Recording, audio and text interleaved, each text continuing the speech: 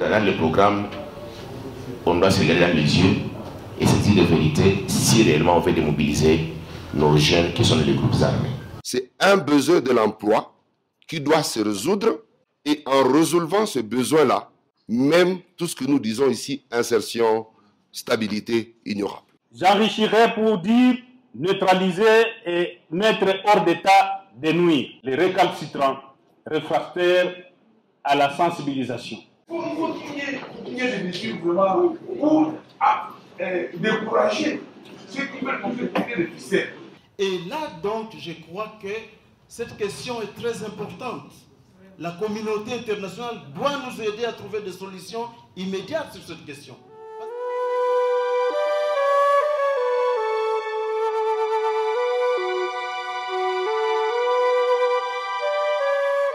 La ville de Bukavu a abrité du 12 au 13 septembre 2018 le forum interprovincial sur la persistance de l'activisme des groupes armés dans les provinces du Nord et Sud Kivu.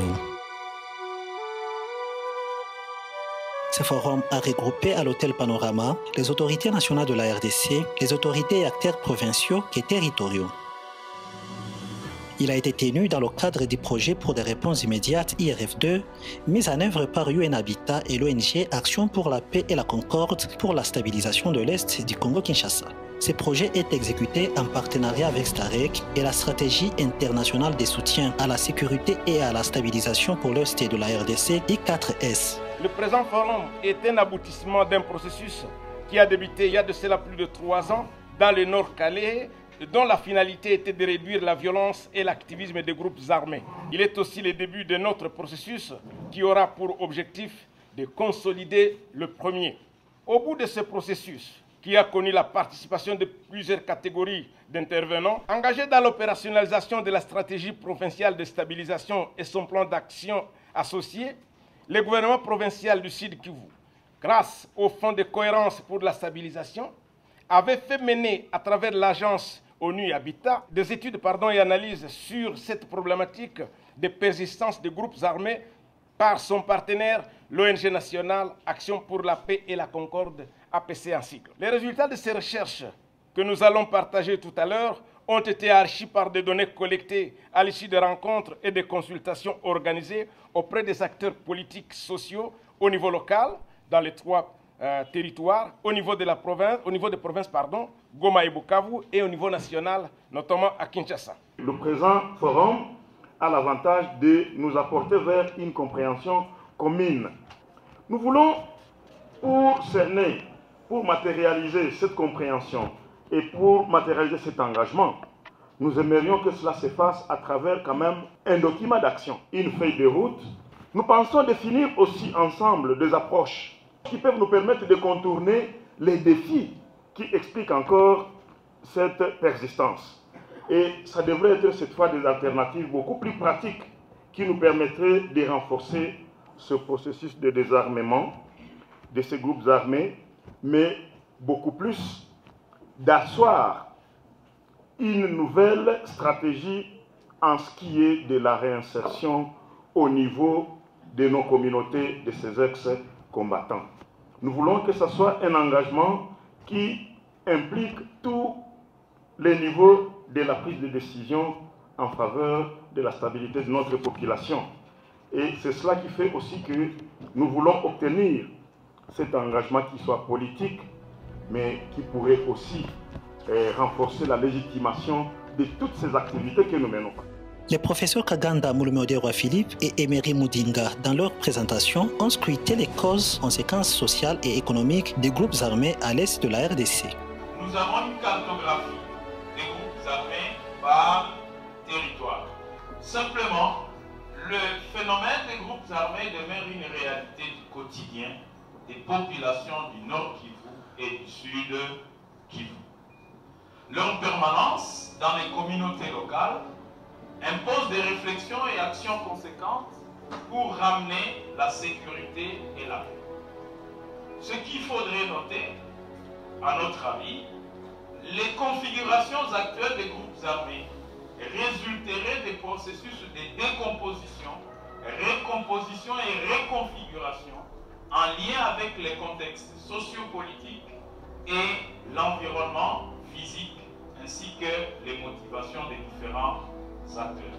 Ce qui, bien sûr, bien entendu, donne un certain sens à ce forum, parce que nous devons comprendre ces contextes sociopolitiques, ces contextes environnementaux et physiques. Ici, on parle de questions de minéraux, des ressources naturelles, mais aussi des motivations des acteurs qui sont attachés à leurs revendications socio-politiques. Ça fera bientôt plus de 30 ans que les groupes armés sont devenus une sorte d'épine dans le cadre de la sécurité et du développement de nos territoires. Dans les consultations qu'on a eues, un certain nombre de causes ont été énumérées. J'en ai déduit à peu près 3 sortes.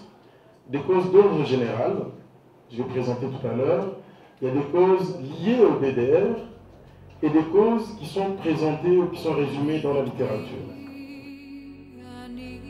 Ces conséquences et les causes ont été enrichies dans les échanges des participants, émus par les soucis de bien comprendre les causes et les incidences de ces maux sociaux qui déciment les territoires de l'Est du Congo. Tunaishi ndani ya stress, tuko traumatize kwa sababu tunaona mauaji kila mara. Pia tunaona uporaji wa mali, wa vitu, wa mafugo zetu, wa mavuno yetu, pia madini. Tumeasiste kwa mariage ziko precoce, ziko forcé, violence ambazo zinapitika huko ambako majeshi wanaomiliki silaha wako wanaopere. Tunahama kila wakati, uhamishaji, déplacement massif ya population. Na kule tunaacha mashamba, tunaacha mafugo na tumekuwa sasa na njaa. En ce qui concerne l'activisme des groupes armés et les conséquences dans les territoires de Calais, à Calais on trouve tout un groupement de 15 000 ou 20 000 habitants sans aucun militaire. À Mboku, il n'y a aucun militaire, à Ziral, aucun militaire, aucun policier. Alors, ceci sous-entend que les groupes armés peuvent se promener sans problème. Il n'y a pas de communication. Les milieux sont enclavés, c'est-à-dire il y a inaccessibilité. Et dans tous ces milieux-là, il y a des endroits où il n'y a ni école, ni l'eau, ni maternité, ni quoi que ce soit. Mais à côté de ça, il y a la manipulation politicienne. Nous vivons beaucoup de conséquences qui fait que nous avons même des traumatismes parce que nous assistons aux choses qui sont très étonnantes. Il y a plusieurs attaques contre les FARDC. Nous perdons nos éléments FARDC dans ces attaques, avec même les femmes, les hommes, les enfants, mères n'importe comment. Il y a même recours aux groupes armés par les partis en conflit foncier et minier lorsqu'il y a des dossiers aux tribunaux qui ne sont pas tranchés et ou des jugements non exécutés. Les occupations de certains milliers par les groupes armés. Il y a notre cher chef du village de Loanumbi qui a été kidnappé après quelques semaines de retour de ces groupes armés dans la brousse. Je veux aussi dire qu'il y a l'autre question de détention illégale d'armes par d'autres membres de la communauté qui ne sont pas dans les groupes armés. Le constat me pousse à demander à l'Auguste Assemblée de pouvoir fournir les efforts pour démilitariser les fermes et concessions. C'est demander que tous les militaires et tous les policiers qui sont gardes de fermes et des concessions, qu'ils rentrent pour faire leur travail régalien. Arriver à la militarisation, c'est lorsque la justice n'a pas fait son travail. C'est comme ça que les gens trouvent des raccourcis. Oui. Souvent, c'est l'administration de la justice qui arrive à ne pas faire son travail et que la personne lésée trouve un raccourci pour demander aux militaires de l'aider. Nous nous posons des questions sur le terrain. D'où viennent les armes? Est-ce qu'à Calais, il y a une usine d'armes? Est-ce qu'à Massissi, il y en a? Ou à Walikale, il y en a? Deuxième élément, c'est par rapport à l'approche que nous utilisons pour la réinsertion communautaire. L'approche qui est venue, c'est vraiment une approche imposée aux communautés. Permettez-moi. Nous, on utilisait l'approche de proximité. Une approche qui consistait à aller sensibiliser les jeunes et dès qu'ils acceptent le processus, ils entrent dans le processus de démobilisation. On se pose la question, si on amène les gens à Kitona, qu'est-ce qu'il y a à Kitona de spécial par rapport à la réinsertion qui se ferait sur terrain, ici à Walikale, à Goma par exemple?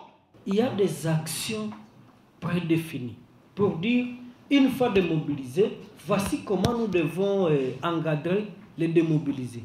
On commence par où et on finit par quelle étape finalement? Nous avons fait ce premier DDR où nous avons eu des éléments qui sont venus des FARDC et des éléments qui sont venus des autres groupes.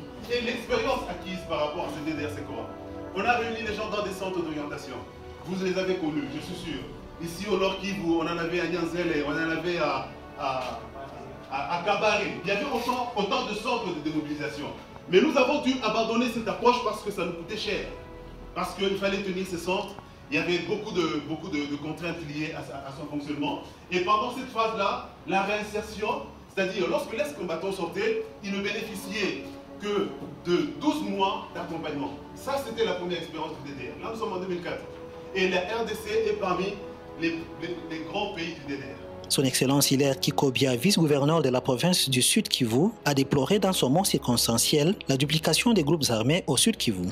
Il pense en même temps que dans l'administration de la thérapie sociale, il faudra bien commencer par bien identifier les tireurs de ficelles. C'est une question étonnante parce que, au lieu de décroître l'effectif, nous avons observé la croissance de cet effectif de programme. À un moment, on est en train de se poser la question parce que il se fait malheureusement en observant les mouvements, on ne voit pas les nouveaux individus quitter la ville pour entrer en bourse. Mais par contre, la duplication est en train de s'observer en bourse. Comme qui dirait, il se joue un jeu de duplication par-ci, par-là. Les efforts que le gouvernement est en train de déployer pour effectivement mettre fin à cette situation, le mécanisme d'identification de ceux qui encouragent les gens qui sont dans la forêt. Et en identifiant, je pense qu'on pourra tant soit peu. C'est à ce niveau que nous demanderons aux services de renseignement et de sécurité de faire le travail en amont. Bien plus, son Excellence, Monsieur le vice-gouverneur du Nord Kivu, Monsieur Feller Loutaïtiroa, dans son mot de circonstance, tire les bouchons plus loin. Il pense qu'il faudra interroger l'arsenal juridique par rapport à la gestion des ressources naturelles et en même temps, il en appelle à la révisitation de l'arsenal des codes qui réglementent l'accès et les contrôles des ressources aujourd'hui, tout en condamnant énergétiquement l'activisme et la persistance des groupes armés. À qui profitent les minéraux? À qui profitent nos pierres précieuses? Il est important aussi d'interroger notre arsenal juridique lui égale à cela. Quand vous interrogez les statistiques d'exportation d'or, d'exportation des pierres, ah là là, ça étonne. Mais qui sont ces agitateurs de l'arbre? Est-ce que nous devrions laisser nos enfants participer, concourir à ce que nous continuions à enterrer des gens?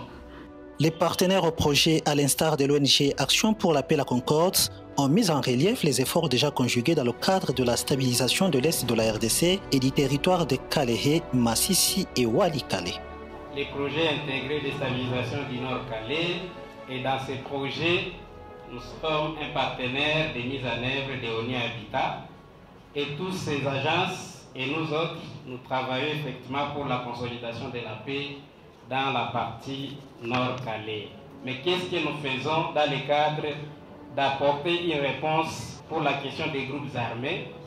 Il y a les structures communautaires que nous appelons les CEDEM, les cadres de dialogue et de médiation. Il y a des structures communautaires que nous appelons les CEMOS, des commissions de mise en œuvre des actions prioritaires contenues dans les plans d'action, et les autorités locales qui sont engagées dans les processus. Et les processus commencent par des dialogues sociaux qui sont des étapes visa à analyser avec les parties prenantes pour que nous tous nous puissions comprendre la problématique, comment elle se pose en termes de causes, et pour qu'on puisse définir des actions à mener de manière participative. Pour ce qui concerne le programme Tujenge Amani, c'est un programme financé par l'ambassade suisse et qui s'inscrit dans la stabilisation, mais c'est important de signaler que c'est une approche psychosociale de transformation des conflits. Dans le cadre de ces projets Tujenge Amani, il y a effectivement des noyaux Maman et Jeunesse Tujenge Amani, et ces projets s'exécutent actuellement dans les territoires de Chabunda et de Calais dans l'axe Bunyakiri, et il s'agit des noyaux qui sont engagés dans les dialogues, dans les sensibilisations pour convaincre les éléments des groupes armés à quitter les groupes armés. Donc dans le cadre de ces projets, depuis 2014, il y a 1700 jeunes qui ont été démobilisés des groupes armés et qui ont remis 456 armes de guerre.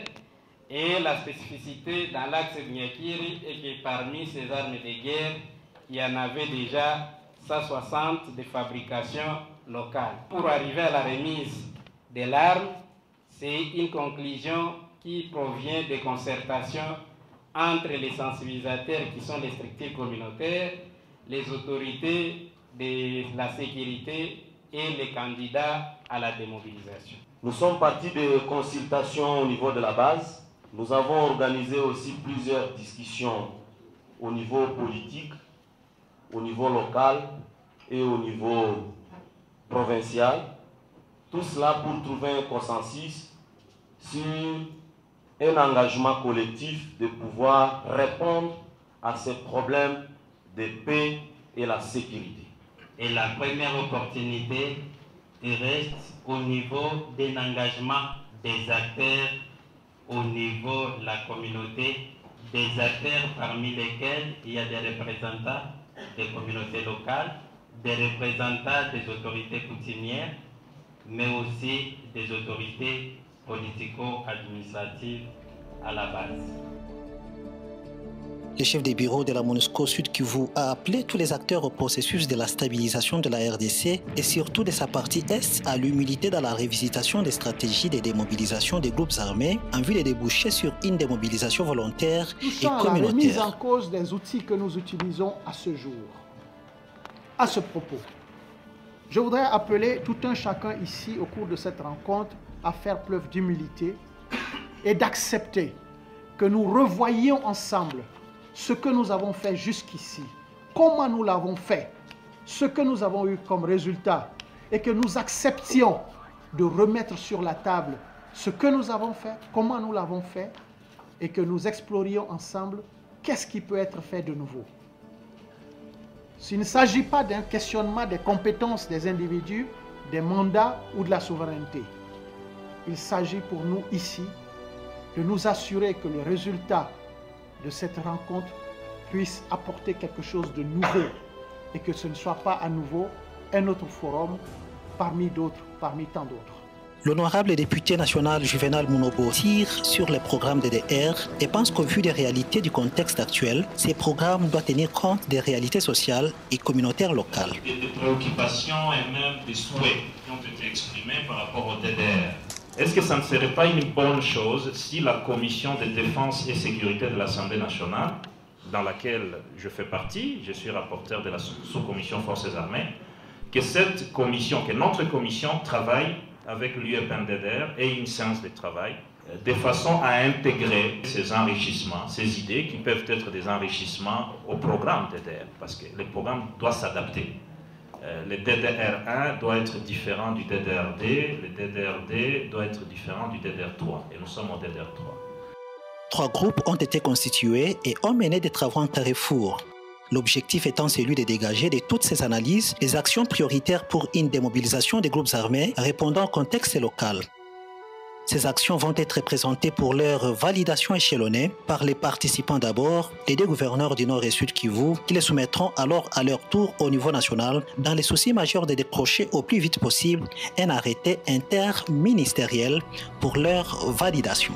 Nous devons sensibiliser les communautés sur le pardon. Donc parmi les premiers points que nous avons dégagés, c'est un arrêté interministériel qui met en place un comité de suivi de la feuille de route en appui à l'UFR-DDR.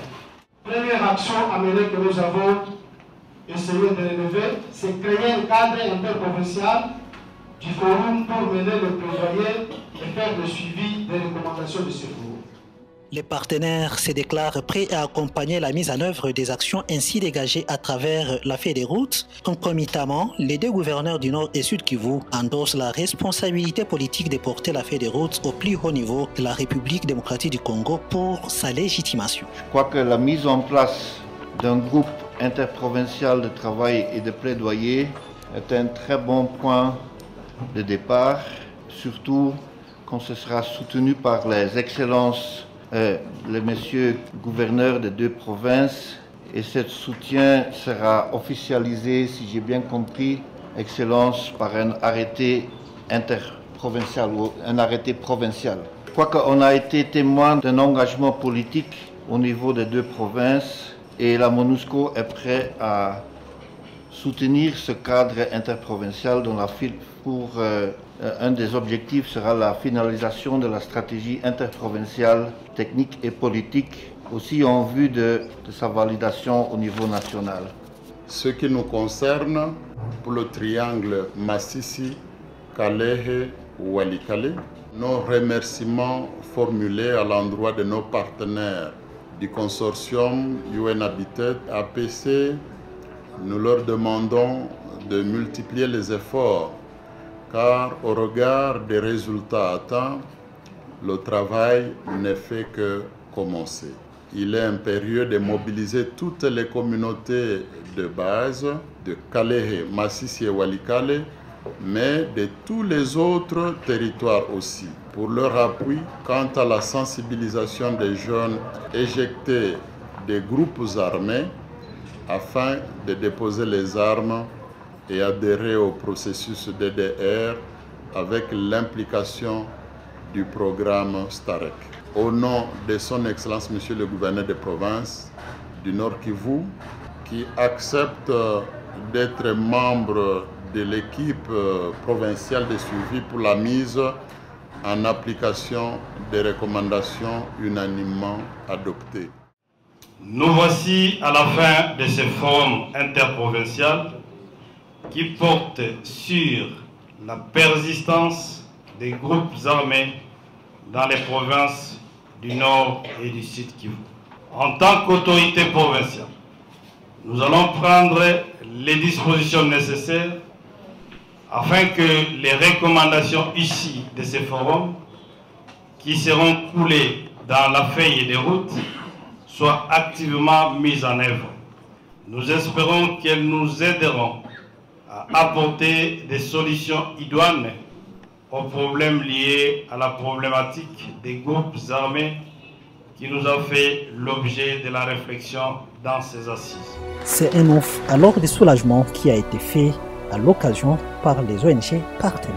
Voilà une expression de notre satisfaction, d'autant plus qu'à l'unisson, ces couches de populations réunies au niveau du public, au niveau du privé, au niveau de la société civile et au niveau de la sécurité, se sont accordées sur les causes principales qui justifient la persistance jusqu'ici observée dans nos deux provinces. Tous ces acteurs réunis se sont aussi convenus sur le type d'activités spécifiques et pragmatiques qu'il faut encore mettre en place pour éradiquer une fois pour toutes le phénomène de la présence des groupes armés qui équipent nos deux provinces. Nous sommes aussi tellement contents en ce sens qu'aujourd'hui, il vient d'être défini une feuille de route qui sera validée graduellement, d'abord au niveau de nos deux autorités provinciales du Nord et du Sud Kivu, et lesquelles autorités ramèneront la même feuille de route au niveau de Kinshasa, au niveau des différentes instances nationales, pour solliciter sa validation aussi à travers un arrêté interministériel.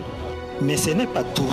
En dépit de la légitimation de la feuille de route, l'ONG Action pour la paix et la concorde reste sur sa soif ardente de la mise en œuvre de celle-ci.